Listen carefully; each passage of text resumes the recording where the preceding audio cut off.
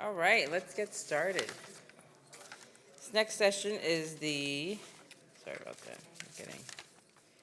The Toyota Accessory Augmented Reality Project, known as TAAR. We have our speakers, Dan Ferguson, who is the partner and co-founder of Groove Jones. Dan is the co-founding partner of Groove Jones, award-winning studio specializing in the creation of next-generation AR, VR, and MR experiences for world-class brands like Amazon, American Airlines, AT&T, Google, MasterCard, McDonald's, and Toyota. Dan has been featured in work for Apple commercials and in the Super Bowl and NASCAR races. Welcome, Dan. In addition, we have David Kleiner, who is the Immersive Technology Manager at Toyota. David has worked for Toyota Motors in Plano, Texas, in the Information Technology Experience Division since 2016. He's currently the Immersive Technology Manager for the Applied Technology and Research Lab. He has 4 AR patents currently pending and relating to the sales, installation, and customer-created services accessories. Welcome, David. And then lastly, we have Jazmieka Smith, who is the Manager of Export Administration at Toyota. Jazmieka is the export for Toyota Motors, North America, at the Export Marine Strategy and Operations team, also in Plano, Texas. She's originally from Savannah, Georgia, and she is a 2010 graduate of Georgia Southern. Welcome, Jazmieka. Take it away. Thank you. All right, guess I'm on. So we have the introductions done, so I won't do that again, but just in case you missed it, this is us. We got Dan, I'm Dave, and we have Jazmieka here. And like you guys, I have to buy a new car from time to time. And even though I work for Toyota, I don't get any special privileges. So the dealership does their magic, and they work on me and my wife. So since I'm married, I can't make decisions on my own anymore. So the dealership is going to try to get one of us. So they got my wife. She fell in love with a Prius. And I'm like, really? So she's like, oh, no, it's okay. Not only do you get the payments, but you can accessorize it. I'm like, really? Like, Prius isn't cool. I mean, granted, it's been around 21 years. It's the foundation of the hypercar, but you can't do anything cool with it. And then I'm visiting my good friend Todd down in LA, and what passes me on the 405 but a Prius towing a cement mixer. I'm going, now that's cool. Like, this guy modified his car to do what he needs to do. I'm like, okay, I'm in. I'm all into this Prius. So my wife and I like to do outdoor things. And obviously, as the Prius came from the factory, it worked for us. We can get the bicycles in there with the little finagling. We get the backpacks, the water bottles, and what we need for our little day trips. No problem. But this was pre-pandemic. Then all of a sudden, the pandemic hit. And the car had to do more. This Prius was now a super grocery hauler from Costco. And then when I wanted to go out, you know, a lot of the hotels and things were closed, so it had to become a camper. And as you can see, only one person really can sleep in there. It's like, all right. How do I make this Prius fit my needs? So, well, you know, we need accessories so I can expand that need base and actually do what it's supposed to do for me. So I went to my local Toyota dealer, and he said, yeah, I can help you. Here's some floor mats and some hitch covers. I'm like, well, that doesn't help me. I'm like, this is it? I mean, you know, oh, what a feeling. What happened to that? I'm like, oh, it wasn't a very good feeling. It was kind of underwhelming. So having access to all the data, I decided to look to see what was happening here. What are we missing? So I didn't just look at Toyota and Lexus. I looked at the whole OEM world. And I'll just explain the charts here. So the black line indicates brick and mortar dealerships and how they're doing as far as selling accessories, educating people about accessories, and installing them. And we do a horrible job. And I said, okay, what about the online presence, folks? You know, some dealerships have them, some other companies have their own online experience. They're not doing much better. And as I started digging the data, I said, holy cow, we're leaving behind a $46 billion industry. These are the accessories. Like, how can this be? I mean, we're leaving money on the table, and we're not, you know, capitalizing this.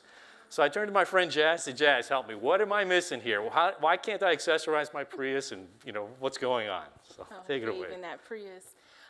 So you're right, Dave. We do have a problem, and it's not just an industry problem. As you can see from the top left-hand corner, about 37% of our customers are they have a dissatisfaction. But when we take a look in the mirror and we look at Toyota as well as Lexus, we're not doing any better. So as a whole, from an OEM industry standpoint, we have room for improvement. There's definitely room to grow. So at Toyota, annually, we complete a survey done by a third-party consultant, and we essentially go out to the dealers to understand how are we selling our accessories? What is that experience like? Are the customers happy? Is it actually working? So we understand that there's a gap because Dave just told us, but we got a lot of not good feedback. So essentially they identified, I know it's bad, but Yeah. you know, I gotta call it what it is.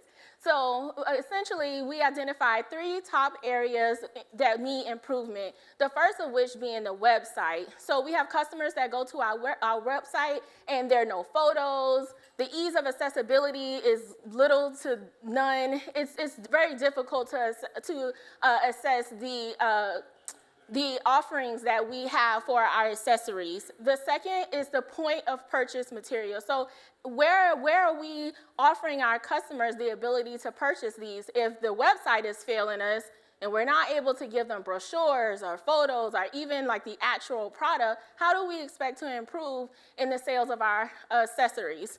And the third is greater accessory variety. And so we at Toyota, we offer a plethora of accessories. They're shiny, they're chrome, they're red, they're really, really nice, and they're pretty.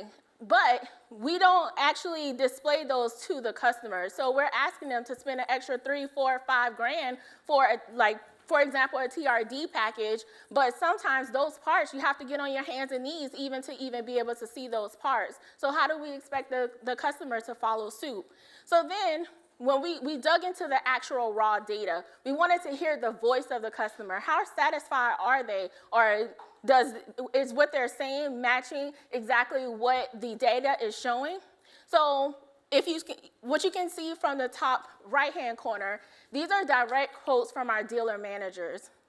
And they're telling us they want a more immersive experience. They want to be able to touch the accessory. They want to interact with it. They even suggested a kiosk or some way that we can display all of the accessories that we have available. Want to go on? Yeah. All right.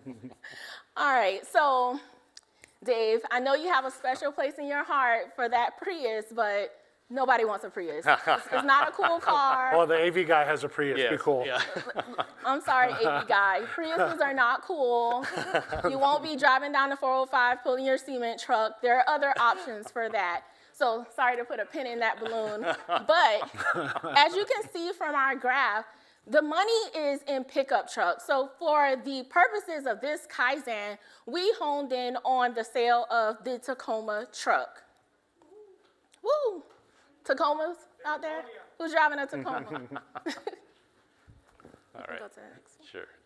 All right, so through a series of activities that we at Toyota call Genchi Genbutsu, which easily translates into go and seize, we were able to identify 6 different gaps. The first of which was right there at our neighborhood Toyota dealership. And you can see about 45% of the time, there were no photos, there were no physical accessories, no brochures, any type of documentation that could support the sale of the accessory, which meant that sale went out the window. Then that moves us to gaps 2 and 3, which Dave kind of showed you before, but as you can see, the display inside of our local Toyota dealership is bleak. It's not up to par. We definitely offer way more products than this. And then that takes us to gaps 4 and 5, where we identify the actual websites, both external and internal. You can see missing photos, again, not able to support the actual accessory experience, sales experience. And then that brings us to gap number 6, which I think may be the most powerful. So whenever we're unable to provide photos or brochures or anything like that to support that sale, then we're inadvertently sending our customers to other arenas to try to find these accessories where they're able to make purchases and maybe even schedule some type of installation services elsewhere. So essentially, we lost the sale altogether. So you can go to the next one. Thank you. So that brings us to our proposed solution, TAAR, the Toyota Accessory Augmented Reality app. So with this app, the customer as well as the dealer manager, will be able to fully experience the accessories that we have available for each model. Remember, for the purposes of this Kaizen, our initial focus is the Tacoma, as you see photoed here. So with this app, the customer will be able to utilize their device, whether it's an iPhone or an iPad, rather at the dealership or even after the purchase of the vehicle. They will be able to hold up that device to the vehicle. Through patented technology, the device will recognize that vehicle and then will populate all of the accessories available. So this is an actual vehicle, not a caricature or a virtual reality rendering, but the actual physical vehicle that you, the customer, have chosen. So I'm going to throw this over to Dan, and he's going to show you a video that clearly illustrates exactly what TAAR is capable of doing. Hi, guys. So this is all really about product visualization, and it's product visualization in real time with the actual product. And what I'm going to walk you through is this quick video. It's going to demonstrate the app, a couple technical things about it. We developed using, it's a native app built in iOS 14, now running in iOS 15. We use the LiDAR from iPad Pros, especially for this specific version of it, but it's using machine learning and object recognition to attach the digital merchandise, the digital accessories to the physical vehicle. So AV guy with the Prius, can you cue the video? Oh, you would cue it. I got it. All righty, here we go.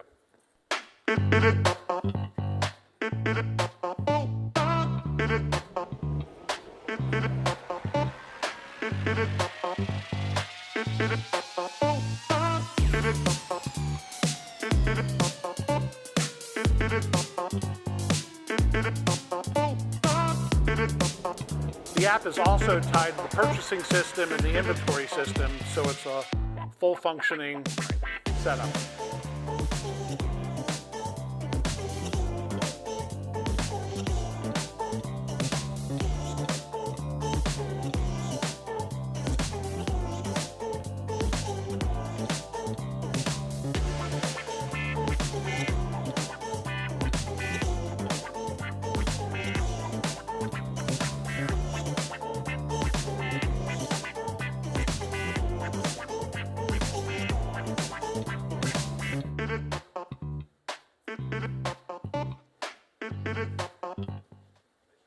Pretty cool.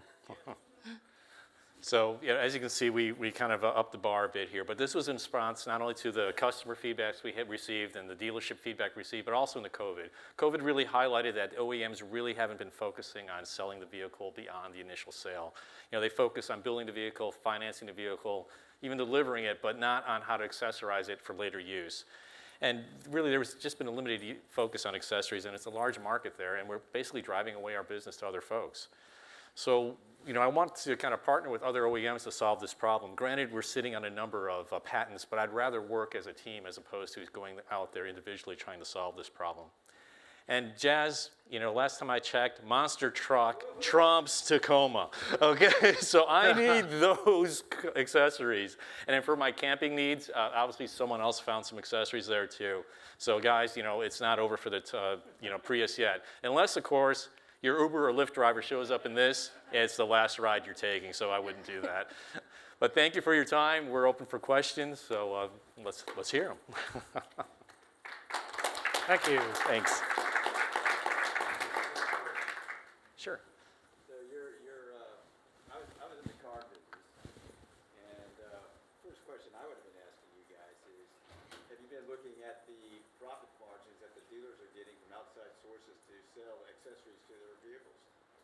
Yeah, and this is open to do that too. We have Toyota's a little weird in that sense, where we sell our Toyota branded accessories, but we also allow our dealerships to sell accessories from other brands who they have relationships with. So we just have to add that to the inventory, but it's basically the same application. Yeah. But it all still has to be digitized in order to be added to this. Great product, by the way. Yeah. Thank you. Thank you. Thank you, guys. If anyone has questions, Sorry. please come up to the middle podium. No worries. We want to hear everyone's questions. Any other questions? I guess not. Everyone's asleep. Well, I think they're awake. Here comes somebody. Yeah, how are you? Real good. So my question's about like backwards compatibility with previous Toyota models. Is there like an inventory where, like, say someone brings like a 2012 Toyota, and you could look at that in some way, or?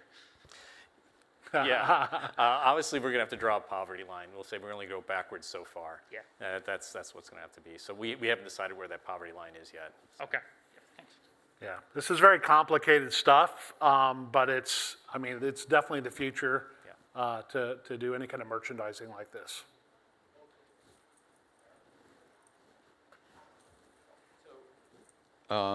So is this product available for anybody to do this at home, or do they have to be at the dealership? You want me to do it, or? I'll take it. Okay. So eventually, after the purchase of your vehicle, with that sale, you'll also receive access to the app. So what we found in our research is that within the first 2 years, that's essentially where most of the accessory sales occurs after you've purchased the vehicle. So you will be able to have access to that app on your personal cell phone. So let's say in 6 months or a year, you can go out to your garage and complete the same exact process. You'll be able to accessorize your vehicle and even purchase those accessories and schedule your installation at your local dealership through the app. So how proactive are you guys with that app? Because, I mean, if you have that capabilities to go back 2 years, I would imagine that you would be doing some special programs and marketing programs to entice that individual to be using your app so that you could be selling extra accessories, right?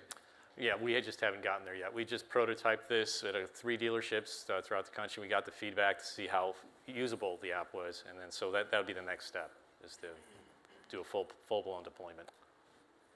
Good question. Thank you. All right. One more. So I can relate to your story of having a Prius come into the household before COVID. Somehow it just appeared at one point, and we spent most of the pandemic figuring out how to accessorize it. My question is really around kind of insights and the process, and love hearing about sort of the research, human-centered design approach that you took in delivering this experience.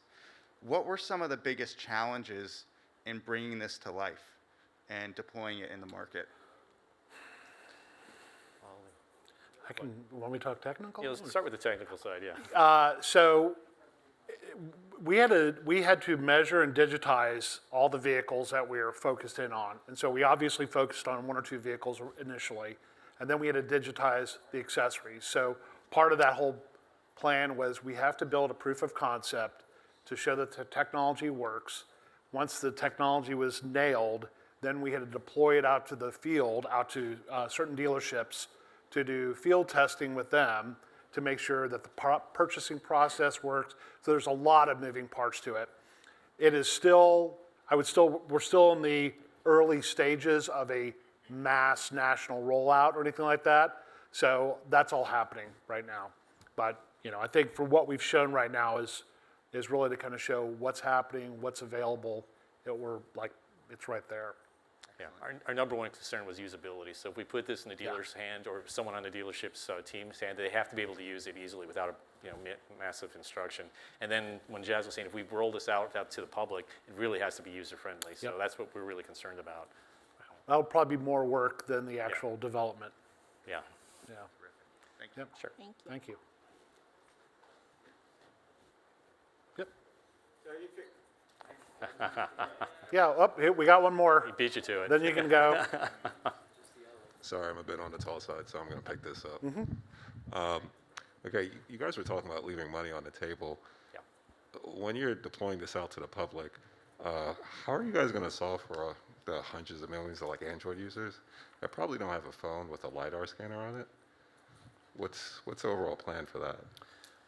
Initially, we were just going to have this the first rollout was just to have it at the dealership, and it's part of the financing process. When you go through the car buying issue or process, you pick out your car, you talk to the dealership, then you're sitting there waiting for your financing to come through. That's when they hit you up with the accessorizing portion of the deal, and they'd hand you this iPad, and you can go through that. When we go to deploy this out to the public, yes, it is a natural transition to just push it onto the iOS platform because it's already there. But there's also the Android AR core, which we just that's an extra development process we have to do and push it out there. consumers actually use this, or is the dealer the person showing it to the consumer, like in your test? Yeah, dealers and consumers are testing it right now. Yeah. So it's not available to download. Don't go to the stores and try to Yeah. download it. This is all in the early stages of it right now. Yeah.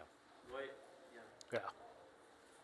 Will it be on the dealers to purchase this through you, or are you providing that to the dealers as you scale? We're providing it to the dealers, so yeah, there's no additional purchase. The idea is to help them sell more product, so. Sounds like somebody in the industry. Yeah, exactly.